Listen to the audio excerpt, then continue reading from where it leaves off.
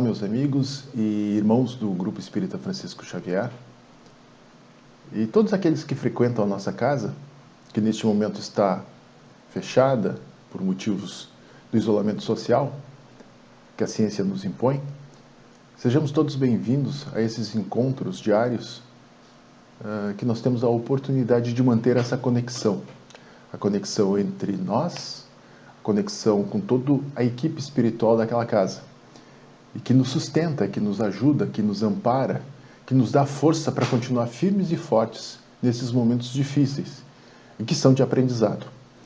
Por isso, nós aproveitamos a leitura do Evangelho segundo o Espiritismo para refletir um pouquinho sobre os ensinamentos de Cristo.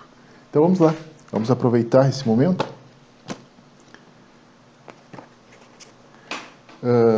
No capítulo 21, haverá falsos cristos e falsos profetas. E nos caiu o item características do verdadeiro profeta. Quem editou isso foi Erasto, em Paris, 1862. Desconfiem dos falsos profetas. Essa recomendação é útil em todos os tempos, mas principalmente nos momentos de transição, como o atual, onde uma transformação da humanidade está sendo elaborada. Esse é um texto de 1862. Nessas horas, surge uma multidão de ambiciosos e farsantes que se apresentam como reformadores e messias. É contra esses impostores que é preciso estar atento. E é dever de todo homem honesto desmascará-los. Vocês me perguntarão, como é possível reconhecê-los? Eis os seus sinais. Somente se confia ao comando de um exército ou a um hábil general que tenha capacidade de dirigi-lo. Acreditam que Deus seja menos prudente que os homens? Saibam que Ele só confia as grandes missões aos que têm condições de cumpri-las, pois elas são fardos pesados que esmagariam o homem fraco que não estivesse preparado para carregá-las. Em todas as coisas, o mestre deve sempre saber mais do que o discípulo. Para que a humanidade avance moral e intelectualmente, são necessários homens superiores em inteligência e em moralidade. Por isso, para as missões, são sempre escolhidos espíritos bastante adiantados, que fizeram sua evolução em outras existências, visto que, se não forem superiores ao meio onde devem atuar, nada poderão fazer. Sendo assim, o verdadeiro enviado de Deus justifica a missão para a qual foi escolhido por sua superioridade, suas virtudes, sua grandeza, pelo resultado de seu trabalho e pela influência moralizadora que suas obras conseguem despertar. Tirem ainda essa conclusão. Se pelo seu caráter, por suas virtudes, por sua inteligência, ele demonstrar que não está à altura da missão que recebeu, nem à altura do personagem de cujo nome se utiliza, certamente trata-se de um farsante que nem mesmo consegue imitar a personalidade que escolheu para modelo. Os verdadeiros missionários de Deus ignoram-se a si mesmos, realizam a obra para a qual foram chamados pela determinação do seu caráter e por sua inteligência. São apoiados por um poder superior que os inspira e dirige, sem que disso eles se apercebam, pois não possuem intenção premeditada. Enfim, os verdadeiros profetas se revelam pelos seus atos e são descobertos pela humanidade, enquanto que os falsos se apresentam por si mesmos como enviados de Deus. Os verdadeiros são humildes e modestos, já os falsos são orgulhosos e cheios de si, pois falam com arrogância e, como todos os mentirosos, sempre parecem estar receosos de não serem aceitos. Estes impostores já se apresentaram como apóstolos do Cristo, outros como o próprio Cristo. E, para a vergonha da humanidade, encontraram pessoas capazes de acreditar em suas propostas infames.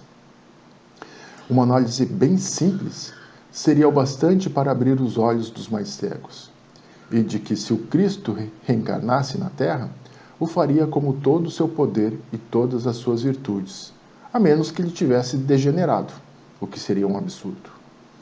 se tirassem de Deus um só de seus atributos, não teria mais Deus. Se tirassem de Cristo uma só de suas virtudes, também não teríamos mais o Cristo. Aqueles que se fazem passar por Cristo possuem todas as suas virtudes? Eis a questão. Observem bem, sondem seus pensamentos e os atos que praticam, e logo verão que eles não possuem as qualidades do Cristo, ou seja, a humildade e a caridade. Já os falsos profetas possuem o que o Cristo não tinha, ou melhor, a ambição e o orgulho.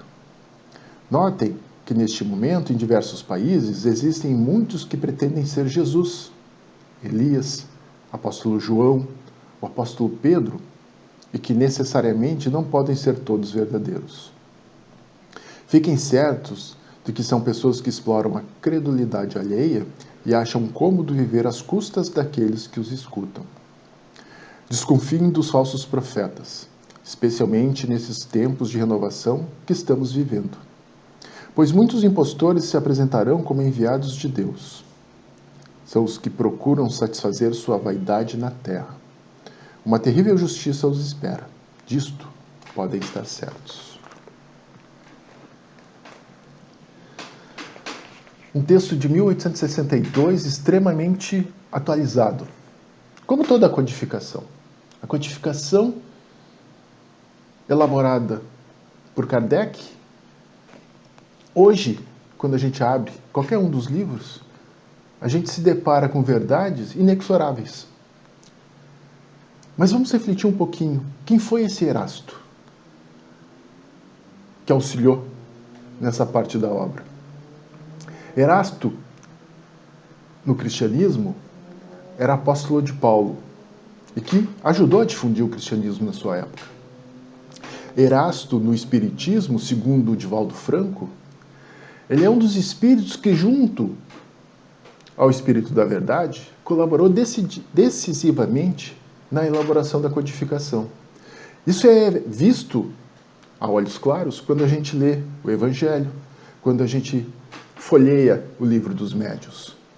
Erasto auxilia na doutrinação básica, na codificação doutrinária, a necessidade da reforma, a necessidade da melhoria contínua, principalmente a moral. E a partir daí, da sustentação para que o Espiritismo passe por todo o processo que vem passando na humanidade, onde é rebatido, onde é discutido, onde é questionado. E as verdades que ali são contidas, elas não mudam. Tanto que a gente pega um texto como esse e analisa à luz do dia, à luz dos fatos, à luz dos acontecimentos que nós temos hoje e percebemos que ele é extremamente real. Não precisamos identificar um caso A, B ou C. Não. Analisamos de uma forma geral. Porque o processo de aperfeiçoamento, o processo de transformação, o processo de melhoramento, ele é individual e coletivo. E nós temos, dentro do nosso planeta, batizes de todos os tipos. Espíritos em evolução, espíritos mais evoluídos, e espíritos que vêm nos ajudar a passar por momentos como esses. Todos nós temos a oportunidade, porque nós temos um Pai que nos ama incondicionalmente. Nos fez simples e ignorante no início e nos permitiu caminhar. E nessa caminhada, as escolhas são nossas. As decisões são nossas. O plantio é nosso, sempre sabendo que a colheita é obrigatória. No capítulo 20 do Livro dos Médiuns, que fala sobre a influência moral dos médiuns no processo mediúnico, ali Erasto também colabora e a gente identifica que além da comunicação básica existente entre os espíritos e o médium no nosso mundo corporal, o moral auxilia extremamente no processo de comunicação. Numa comunicação que se pretende que as pessoas que o escutam e que aproveitam a busca da melhoria individual, a autoiluminação, o autoconhecimento, a fé raciocinada, o crivo para que a gente possa analisar todos os fatos e dados que nós temos hoje no dia a dia. A ciência é fundamental na evolução da humanidade, mas a moral é fundamental também. Paralela, elas têm que caminhar. Não esqueçamos que a ciência faz parte de um dos pilares do Espiritismo. Mas a religião e a espiritualidade também o fazem. Precisamos, meus irmãos, estarmos atentos a tudo o que está acontecendo. Para sermos bons instrumentos, precisamos lapidar as nossas imperfeições, principalmente aquele orgulho, aquela vaidade que ainda está lá dentro de nós, e que persiste em vários momentos, se não nos grandes momentos. Nós precisamos aprimorar o nosso conhecimento, e o conhecimento se dá através das informações que estão disponíveis no nosso dia a dia. Hoje, embora distanciados, nós temos a oportunidade de ter um mundo de informações de várias origens. E o que fazemos com elas? O que depreendemos delas? O que aperfeiçoamos delas? O que descartamos delas? Essas informações têm que ser transformadas em conhecimento para que possam ser transformadas em ações. E aí, dessa forma, a gente modificar a situação que a gente se encontra. Hoje, convidados de uma forma forçosa a estarmos isolados, percebemos que o quanto é difícil convivermos conosco mesmo. Mas que grande oportunidade que nós temos. O quanto é difícil convivermos com os nossos próximos. Mas que grande oportunidade nós temos. Hoje o mundo lá fora, que está amanhecendo, está em movimento. As coisas têm que se movimentar. Nada parou. A natureza não parou. Vocês repararam? Enquanto estávamos isolados em nossas casas, em nossos ambientes, a natureza continuou.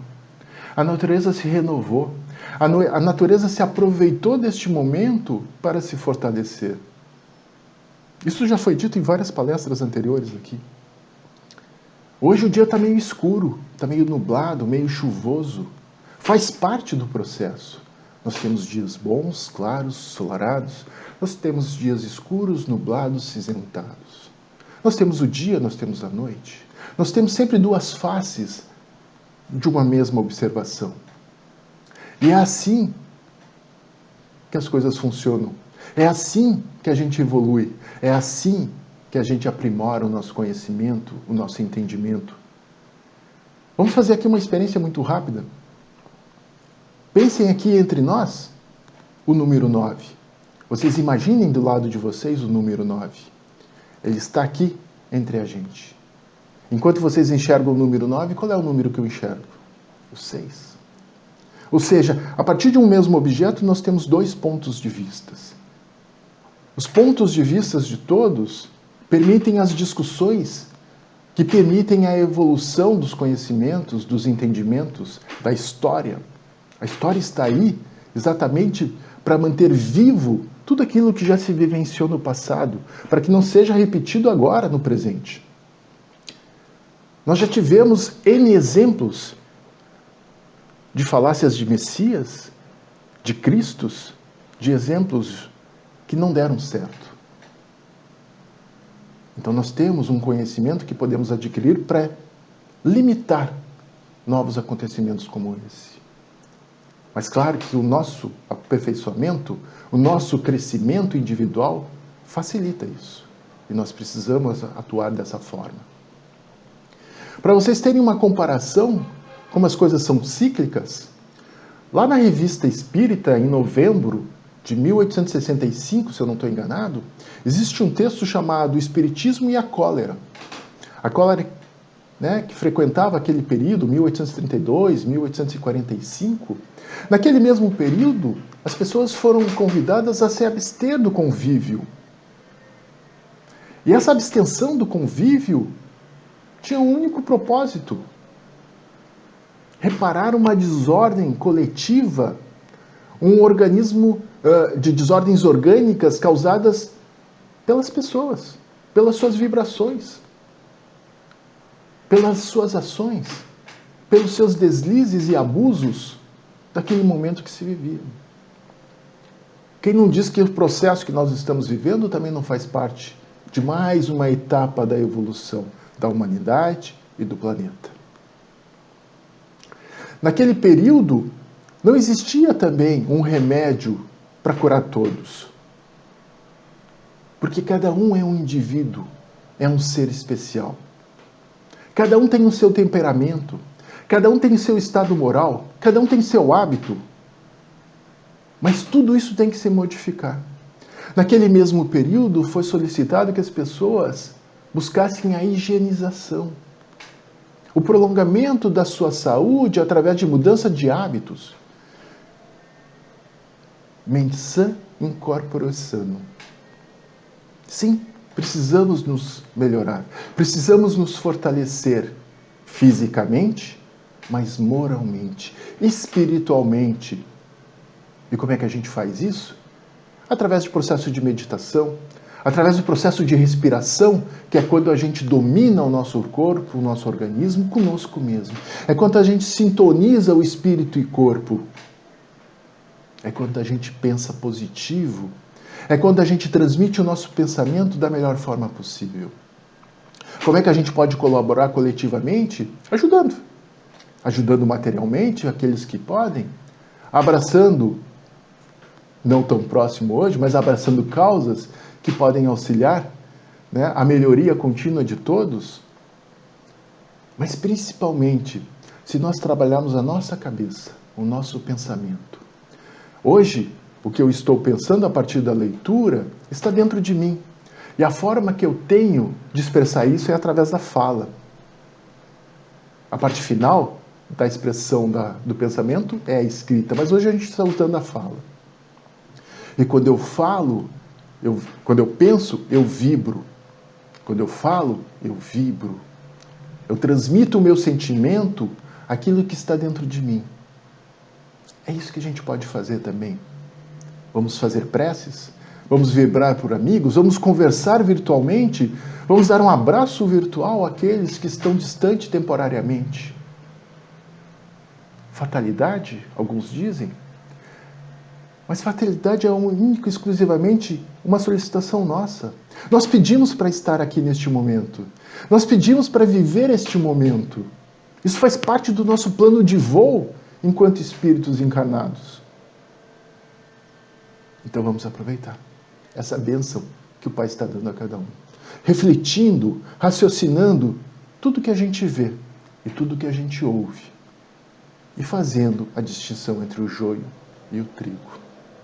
Eu queria finalizar a nossa conversa com uma passagem que tem no Livro dos Espíritos, na parte de conclusão, que eu achei que tem uma vinculação muito forte. Por muito tempo, os homens têm se dilacerado mutuamente e anatematizado, condenados, em nome de um Deus de paz e de misericórdia, ofendendo-o com tal sacrilégio. O Espiritismo é o laço que os unirá um dia, porque ele lhes mostrará onde está a verdade e onde está o erro. Mas haverá por muito tempo ainda escribas e fariseus que os negarão, como negaram Cristo. Quereis saber, pois, sob a influência de quais espíritos estão as diversas seitas que entre si dividem o mundo? Julgai-as pelas suas obras e pelos seus princípios. Jamais os bons espíritos foram os instigadores do mal. Jamais aconselharão ou legitimarão o homicídio e a violência.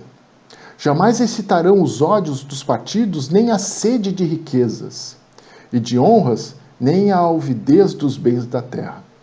Só aqueles que são bons, humanos e benevolentes para com todos são os meus preferidos e são também os preferidos de Jesus, porque seguem o caminho que lhes indicou para chegarem até ele. Santo Agostinho. Meus irmãos, é mais um dia que está começando aqui atrás. É mais uma oportunidade que nós temos de evoluir. É mais uma oportunidade que nós temos de abraçar todo esse momento, toda essa situação e fazer dela proveito para que a gente possa evoluir sempre. Esteja em paz.